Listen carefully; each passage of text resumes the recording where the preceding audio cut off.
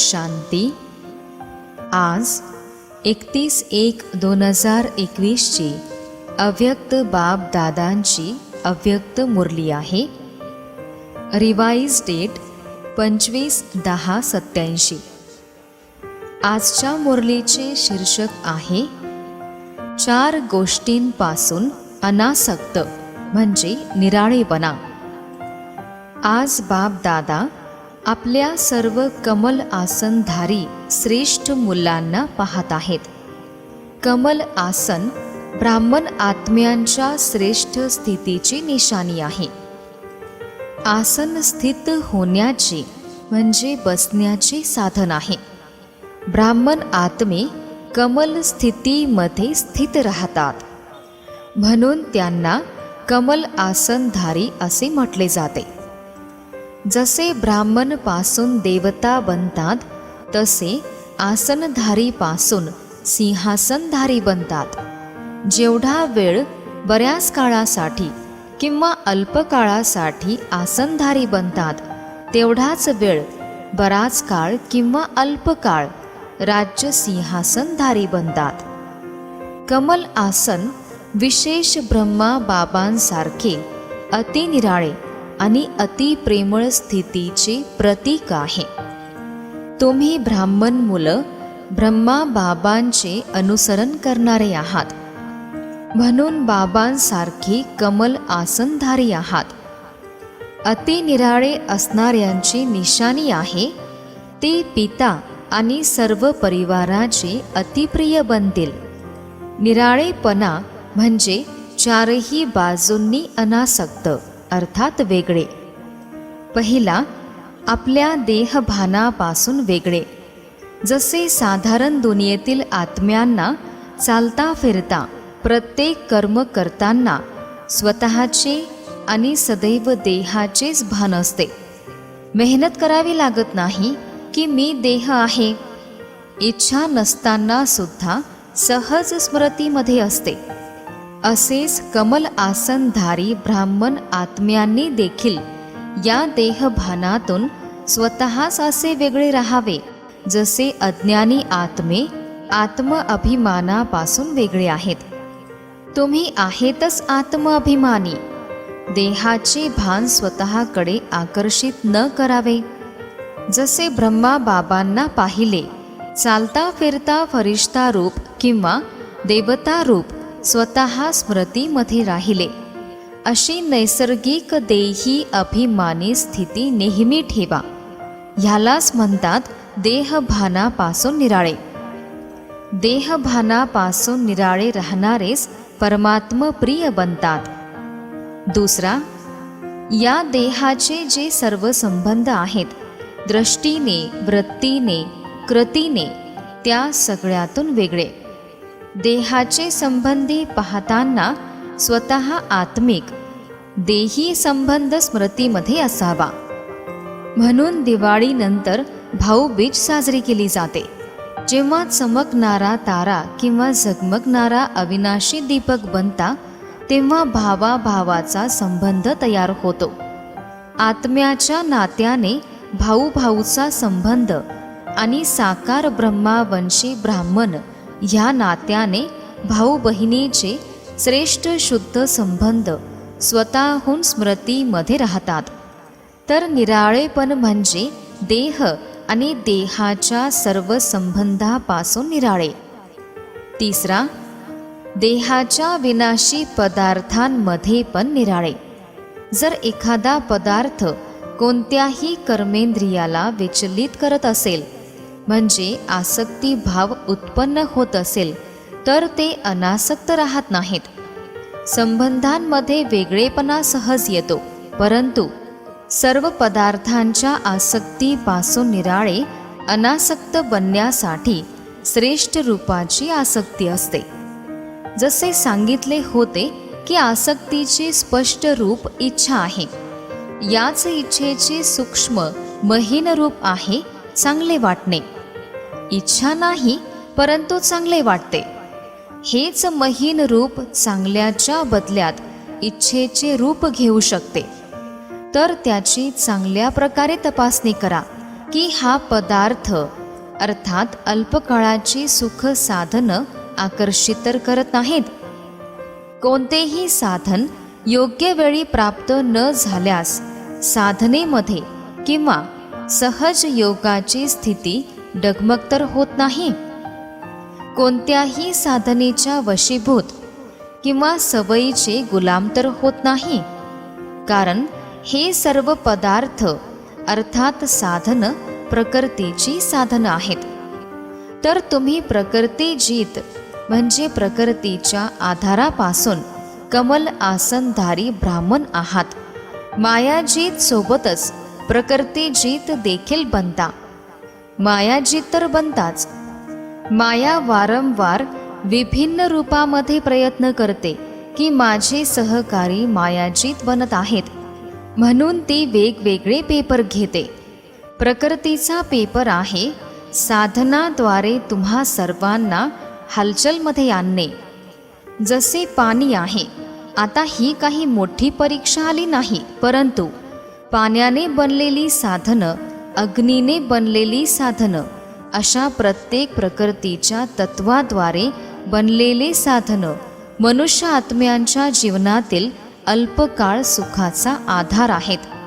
तर हे सर्व तत्व परीक्षा घेतील. आता तर फक्त पाण्याची कमी आहे, परंतु पाण्याद्वारे बनलेले पदार्थ जेव्हा प्राप्त होणार नाहीत तेव्हा खरी परीक्षा त्यावेळी होईल.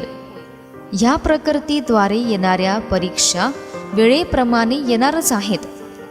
म्हणून देहाच्या या पदार्थांची आसक्ती किंवा आधाराहून निराधार अनासक्त निराळे व्हायची आहे.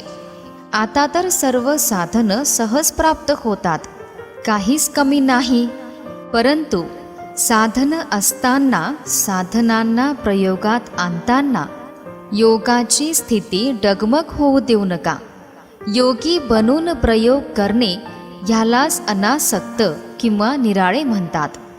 जर काही नसेलच तर त्याला निराळे म्हणता येणार नाही. असताना सुद्धा निमित्त मात्र अनासक्त रूपाने प्रयोग करा. इच्छा किंवा चांगले होईल असे म्हणून वापरू नका.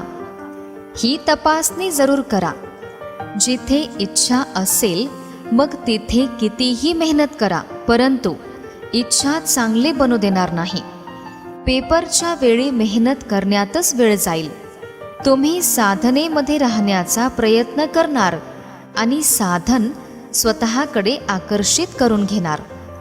तुम्ही संघर्ष करून मेहनत करून साधनांच्या आकर्षणापासून दूर राहण्याचा प्रयत्न करत राहणार आणि मग युद्धाच्या गोंधळामध्येच परीक्षेची वेळ निघून जाईल.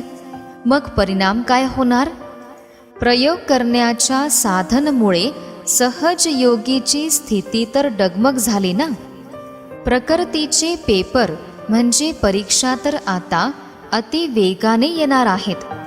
त्यामुळे आधीच पदार्थांचे विशेष आधार खाणे, पिणे, कपडे घालणे, चालणे किंवा राहणे आणि संपर्कात येणे या सर्वांची तपासणी करायची आहे की कोणतीच गोष्ट विघ्नरूप बनत तर नाही.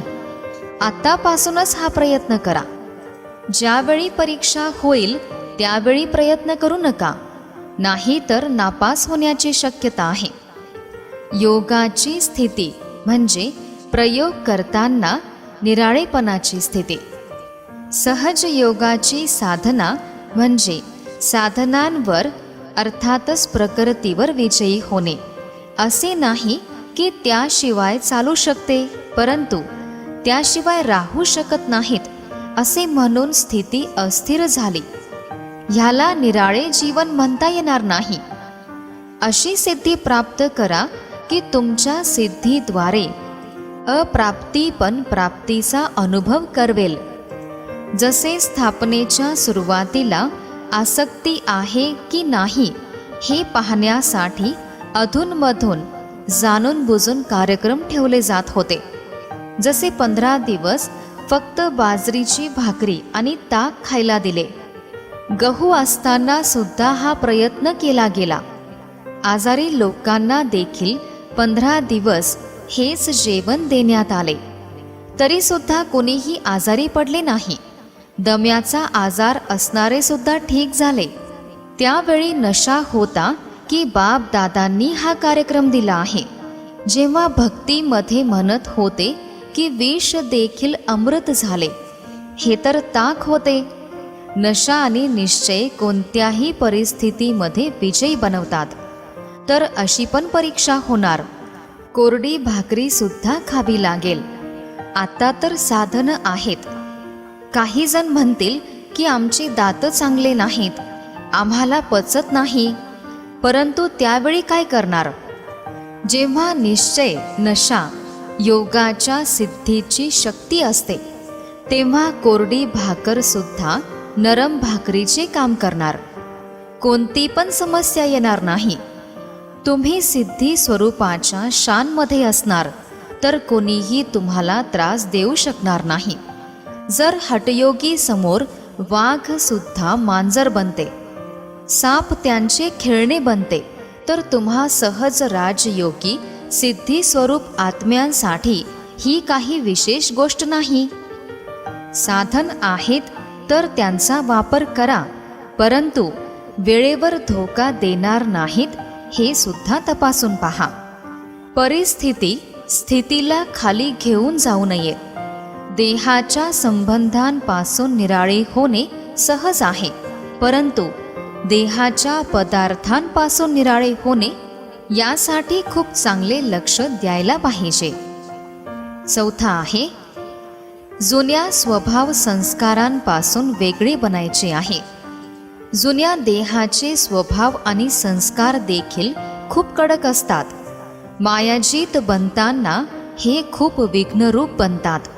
अनेक वेळा बापदादा पाहतात की जुना स्वभाव संस्कार रूपी साप नष्ट होऊन जातो, परंतु त्याची लकीर राहून जाते, जी वेळ आल्यावर सारखी धोका देते. असे हे जिद्दी स्वभाव आणि संस्कार एवढे मायेच्या वशीभूत बनवतात की चूक असताना सुद्धा त्याला चुकीचे समजत नाहीत. जाणीव करून घेण्याची शक्ती समाप्त होऊन जाते. यापासून निराळे होणे याची देखील चांगली तपासणी करा. जेव्हा जाणीव होण्याची शक्ती समाप्त होते, तेव्हा अजूनच एक खोटे लपवण्यामागे 1000 खोटे स्वतःला सिद्ध करताना बोलावे लागते. एवढे अधीन होऊन जातात. स्वतःला सिद्ध करणे हे देखील जुन्या संस्कारांच्या वशीभूत आहात ह्याचीच निशाणी आहे. एक आहे अर्थसहित, म्हणजे योग्य गोष्ट स्पष्ट करणे, आणि दुसरे आहे स्वतःला जिद्दीने सिद्ध करणे. तर जिद्दीने सिद्ध करणारे कधीच सिद्धी स्वरूप बनू शकत नाहीत. हे सुद्धा तपासून पहा की एखादा जुना स्वभाव संस्कार अंश मात्र कुठे लपलेल्या रूपामध्ये राहिला तर नाही. तर समजले? या चारही गोष्टींपासून जे निराळे आहेत त्यांनाच म्हणतात बाबांचे प्रिय आणि परिवाराचे प्रिय. असे कमलासनधारी बनले आहात, त्यांनाच पित्याचे अनुसरण करणारे म्हणतात. ब्रह्मा बाबा सुद्धा कमलासनधारी बनले, तेव्हाच पहिल्या क्रमांकात शिवबाबांचे प्रिय बनले, ब्राह्मणांचे प्रिय बनले. मग व्यक्तरूपामध्ये किंवा अव्यक्तरूपामध्ये असो, आज सुद्धा प्रत्येक ब्राह्मणाच्या मनातून काय निघते? आपले ब्रह्मा बाबा. हा अनुभव करत नाहीत की आपण तर ब्रह्मा बाबांना प्रत्यक्षात पाहिलेच नाही, परंतु ह्या डोळ्यांनी नाही, मनाने पाहिले आहे, बुद्धीच्या दिव्य नेत्रांनी पाहिले आहे, असा अनुभव केला. म्हणून प्रत्येक ब्राह्मण मनातून म्हणतो माझे ब्रह्मा बाबा. हीच निराळेपणाची निशाणी आहे. चारही बाजूच्या निराळेपणामुळे विश्वाचे प्रिय बनवले. तर समजले? गुजरात निवासी जवळ राहतात, म्हणून अनुसरण करण्यामध्ये सुद्धा जवळ आहेत. स्थान आणि स्थिती दोन्हीमध्ये जवळ असणे हीच विशेषता आहे. बाप दादा तर सर्व मुलांना पाहून हर्षित होतात. अच्छा, चारही बाजूंचे कमल आसन धारे, निराळ्या आणि बाबांच्या प्रिय मुलांना नेहमी मायाजीत प्रकृतीजीत विशेष आत्म्यांना, नेहमी ब्रह्मा बाबांचे अनुसरण करणाऱ्या प्रामाणिक मुलांना बापदादांची स्नेह संपन्न प्रेमपूर्ण आठवण आणि नमस्ते. आम्हा मुलांची सुद्धा बापदादांना प्रेमपूर्ण आठवण आणि नमस्ते. यानंतर मधुबनमध्ये आलेल्या सेवाधारी भाऊ बहिणींसोबत अव्यक्त बापदादांचे वार्तालाप. जेवढा वेळ मधुबनमध्ये सेवा केली तेवढा वेळ निरंतर योगाचा अनुभव केला का? योग अभ्यास खंडित तर नाही झाला? मधुबनमध्ये सेवाधारी बनणे म्हणजे निरंतर योगी, सहज योगीचे अनुभवी बनणे. हा थोड्या वेळाचा अनुभव नेहमी आठवणीत राहील ना. कधी काही परिस्थिती आली तर मनाने मधुबनमध्ये या. तर मधुबन निवासी बनल्यावर परिस्थिती किंवा समस्या संपून जाईल आणि सहज योगी बनून जाल. नेहमी या अनुभवाला सोबत ठेवा. त्याची आठवण केल्याने शक्ती प्राप्त होईल. सेवेचा मेवा अविनाशी आहे, म्हणजे सेवेचे फळ अविनाशी आहे.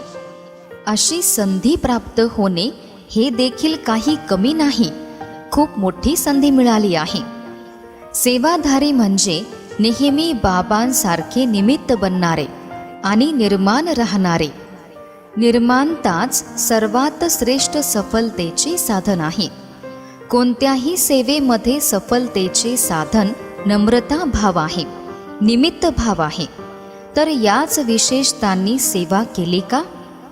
अशा सेवेमध्ये नेहमी सफलता आणि आनंद आहे. संगम युगाचा आनंद साजरा केला म्हणून सेवा ही सेवा आहे असे वाटले नाही. जसे एखादा पहिलवान त्याच्या खेळाचा आनंद घेतो तेव्हा त्यामध्ये थकवा किंवा वेदना नसतात, कारण मनोरंजन समजून आनंद घेतला जातो. असेच जर खऱ्या सेवाधारीच्या विशेषतेने सेवा करता तर कधीच थकवा येणार नाही. तर नेहमी असेच वाटेल की जशी काही सेवा नसून खेळ खेळत आहोत. कोणतीही सेवा मिळाल्यावर या दोन्ही विशेषतांनी सफलता प्राप्त करा, ज्यामुळे नेहमी सफलता स्वरूप बनून जाल. दुसरा ग्रुप आहे खरी तपस्या कायम स्वरूपी खरे सोने बनवणार, ज्यामध्ये थोडी पण भेसळ नसेल. तपस्या नेहमी प्रत्येकाला असे योग्य बनवते की ज्यामुळे प्रवृत्तीमध्ये देखील सफल आणि प्रारब्ध प्राप्त करण्यामध्ये पण सफल होतात. असे तपस्वी बनले आहात का? तपस्या करणाऱ्यांना राजयोगी म्हणतात. तर तुम्ही सर्व राजयोगी आहात. कधी कोणत्याही परिस्थितीमध्ये विचलित होणारे तर नाही ना. मग नेहमी स्वतःला या पद्धतीने तपासून पहा व त्यानंतर स्वतःमध्ये बदल घडवा. फक्त स्वतःला तपासून नाराज होणार, विचार करणार की आपल्यामध्ये ही कमजोरी आहे, हे सुद्धा आहे, माहीत नाही ठीक होईल की नाही. तेव्हा तपासून पण पहा आणि त्यासोबतच त्यामध्ये बदल घडवून आणा. समजा तुम्ही कमजोर बनले आणि वेळ निघून गेली, परंतु वेळेप्रमाणे कर्तव्य करणाऱ्यांचाच नेहमी विजय होतो. तेव्हा सर्व नेहमी विजयी श्रेष्ठ आत्मे आहात का? सर्वजण श्रेष्ठ आहात का क्रमवारीने आहात? जर क्रमांक विचारला की कोणत्या क्रमांकाचे आहात, तर सर्वजण पहिल्या क्रमांकाचे सांगणार. परंतु ते क्रमांक किती असतील? एक का अनेक? पहिला क्रमांक तर सगळ्यांनाच मिळणार नाही, परंतु पहिल्या विभागात म्हणजे राजधानीमध्ये येऊ शकता. पहिला क्रमांक एकच असेल, परंतु पहिल्या राजधानीमध्ये अनेक जण असतील, म्हणून पहिल्या क्रमांकाचे बनू शकता. राजगद्दीवर एकच जण बसणार, परंतु दुसरे पण सोबत असणार ना. तर रॉयल कुटुंबामध्ये येणे हे सुद्धा राज्य अधिकारी बनणे आहे. पहिला विभाग म्हणजे पहिल्या क्रमांकामध्ये येण्याचा पुरुषार्थ करा. आतापर्यंत कोणतीही सीट 2 ते 3 सोडून निश्चित झालेली नाही. आता ज्याला जेवढा पुरुषार्थ करावा वाटतो तेवढा ते पुरुषार्थ करू शकतात. बाप दादांनी सांगितले होते ना की आता उशीर झाला आहे, परंतु जास्त उशीर झाला नाही, म्हणजे टू लेट झाले नाही. म्हणून सर्वांना पुढे जाण्याची संधी आहे. विजयी होऊन पहिल्या क्रमांकात येण्याची संधी आहे. सर्व सफल करून पहिल्या क्रमांकामध्ये येण्याची संधी आहे. म्हणून नेहमी उमंग उत्साहामध्ये राहावे. असे नाही की कोणीही पहिल्या क्रमांकाचे बना, मी तर दुसऱ्या क्रमांकावरच योग्य आहे. ह्याला म्हणतात कमजोर पुरुषार्थ. तुम्ही सर्व तीव्र पुरुषार्थी आहात ना. आजचे वरदान आहे, समजूतदार बनून 3 प्रकारची सेवा एक साथ करणारे सफलता मूर्त भव. विस्तार आहे, वर्तमान वेळेनुसार मन, वचन आणि कर्माने 3ही प्रकारची सेवा सोबतच म्हणजे एकसाथ केली पाहिजे. वाणी आणि कर्मासोबत मनाने शुभ संकल्प किंवा श्रेष्ठ वृत्तीद्वारे सेवा करत राहिले तर त्याचे फळ फलीभूत होणार. कारण वाणीमध्ये शक्ती तेव्हाच येते जेव्हा मनाने शक्तिशाली असणार, नाहीतर फक्त बोलणाऱ्या पंडितासारखे बनणार, कारण ते पोपटासारखे रटत राहतात. ज्ञानी म्हणजे समजूतदार, 3ही प्रकारच्या सेवा बरोबरीने करून आणि सफलतेचे वरदान प्राप्त करणारे असतात. आजचे बोधवाक्य आहे, आपले शब्द, कर्म आणि दृष्टीने शांती, शक्ती व आनंदाचा अनुभव करवणे हीच महान आत्म्यांची महानता आहे. ओम शांती.